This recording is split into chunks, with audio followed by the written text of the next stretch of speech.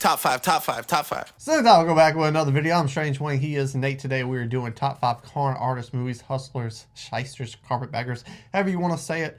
Con artists just sounds better in title, and we're doing that because Kajillionaire is coming out in theaters sometime this week. I don't know when this video is going up, but I do know how the videos work, and he does too. He's going to let you know how they work. So one of us will start with our 5 and 4. The other will do their 5 and 4. Trade 3-2-3-2. Trade off number ones.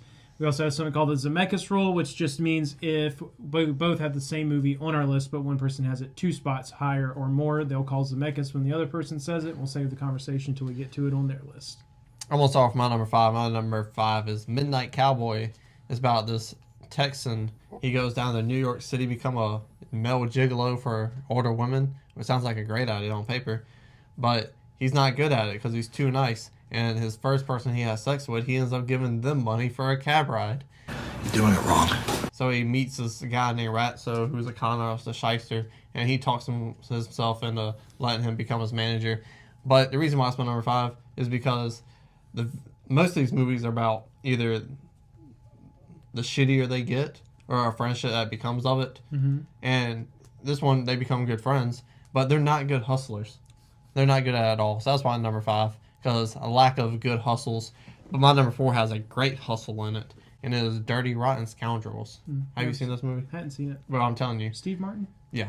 The more Steve Martin movies I like, the more I like Steve Martin. I'm like, Dude is a genius. you got Steve Martin, you got Michael Caine.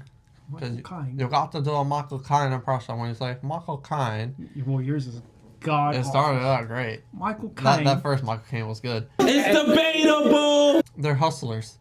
And one hustler goes and he's like interfering with his cons, and as he said in the movie, yeah, a dude hunting rabbits might scare off the bigger game, and he doesn't want him to fuck up his hustle, so he cons him off to like not be in the same country as him anymore. He comes back and they're just interfering with each other's hustles, and it turns into a bet. But the hustles on this thing is off the charts incredible.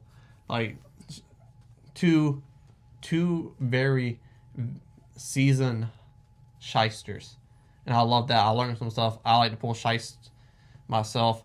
There's something about it when you hustle somebody. It's such a good feeling.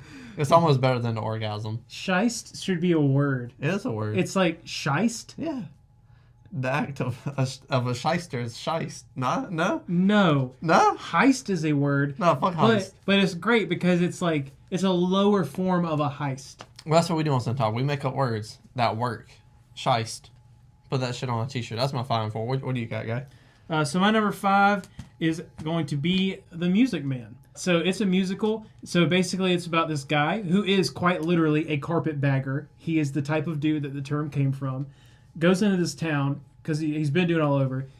Convinces the town, hey, you need to get your young people to start a marching band. And I'll sell you all the uniforms, and I'll sell you all the instruments. But y'all don't have a music teacher, so I'll teach them how to play and march. So his plan is to sell them all the stuff and then dip without actually teaching them to do it because they wouldn't buy it otherwise. But, you know, shit happens. He ends up staying, manages to pull it off. But it's incredibly endearing. You know, anytime a shyster kind of like... I like movies. I love shyster attitudes. And I love shysts when they're like... appropriate, you know? Yeah. Like if it's like you're not really screwing somebody over that bad, or if you are, it's their fault for falling for it. So I like this one because his personality remains the same, but he falls in love. Whack. Number 4 for me is The Wolf of Wall Street. He starts off small, like he starts with all like the little penny stocks and, you know, like all that kind of stuff, and it just grows. And, you know, it's a story about shysting done so right that you hit the point to where your shyst is too big and you get too much attention. And you can't keep shysting if you're drawing that much attention. So, but obviously, probably the most famous real-life shyster in history because of this movie. A lot of people probably never heard of him before that. I sure haven't. DiCaprio kills it. He plays a great shyster. That's a fact. My number 3 is going to be White Men Can't Jump. I love this because I love basketball and I love shysting. So you have these guys, and they're conning each other out of the money through basketball games, and then they team up to con more people out of money. They get so much money that Wesley Snipes cons Woody Harrelson out of all their money, but he's getting his money back and then some. So it's great. And then they team up to play basketball and to win this tournament to make even more money. But I just love how, like, most of these films, they would just become friends. But even by the end, you're still not 100% sold of how good of friends they are, because Woody Harrelson is still a very big screw-up. Yeah. So it was great stuff. They work very well together. And I like basketball, and conning people through basketball is a great thing. That's right, I said it. Almost put The Hustle on the list for the same reason. But my number 2 is not The Hustler. It is Mo Money. The only good thing the Wayans brothers ever done. Yeah, well, you know, that's just like your opinion, man. And he's like a little street hustler and shit, you know. He's doing the card games. He's dicing in the alley, rolling craps and shit. And he's like selling people TVs, but before they could get their TV, he overdoses on like fucking meth or whatever, and the white guy gets scared and runs out. And then good shit. A lot of good innocent heist in this movie. That's why I love it. But like most of these characters, they fall in love and they get out the heisting game, the shysting game, the hustle. They get out the hustle. He gets a real job, but learns that in that business that there's a big thing going on, and he gets involved with it and has to come out the other side of hero. But throughout the film, he still has that mentality of a hustler. And that's what I like about it, because you can learn to be a hustler, but if you're born with it and have those hustler instincts, it shows throughout the film like this one does. And that's why I like it. You know, even if you're out the hustle, even if it's like getting a pencil, like, hey, my pencil is sharp. You write heavier than I do or lighter than I do. Let me use your sharpened pencil. So it's even a little hustle like that, you know. I just appreciate it's the nature of, and he plays the character perfectly. Mo Money, number 2. Nice. So my number 3 is Parasite.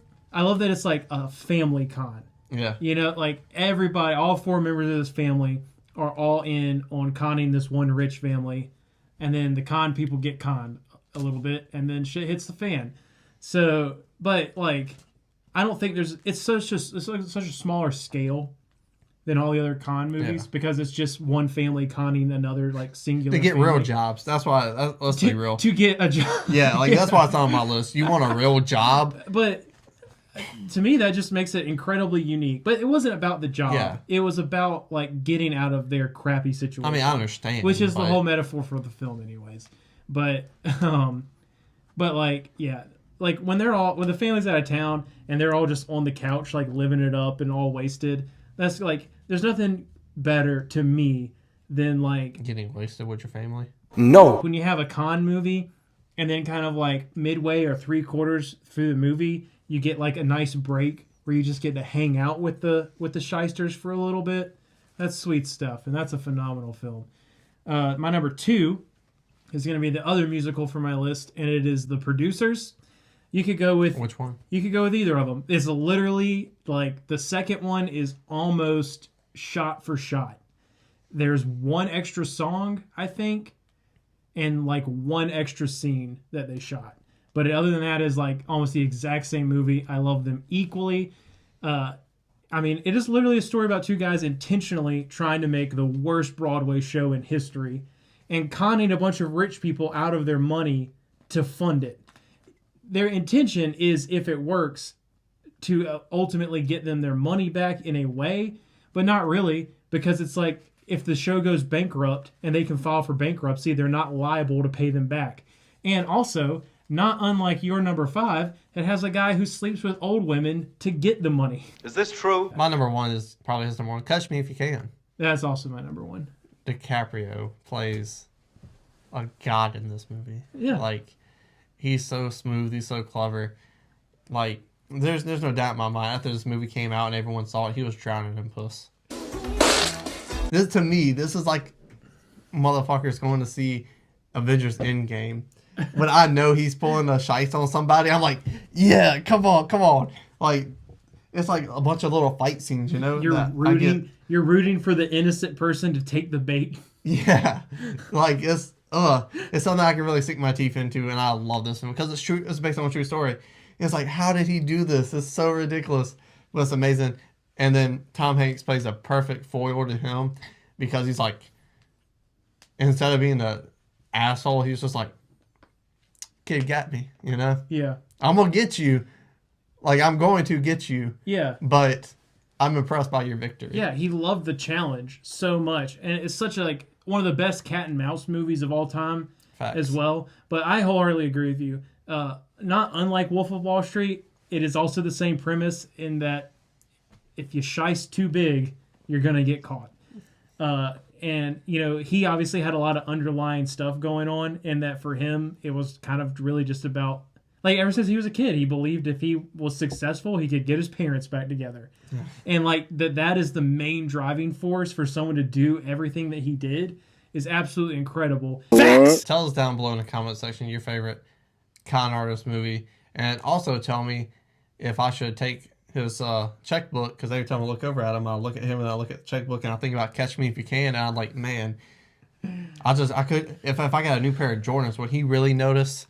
Tell me if you would really notice in the comment section. Scroll back up, hit the like button, share the video, and subscribe. It's not a game, it's a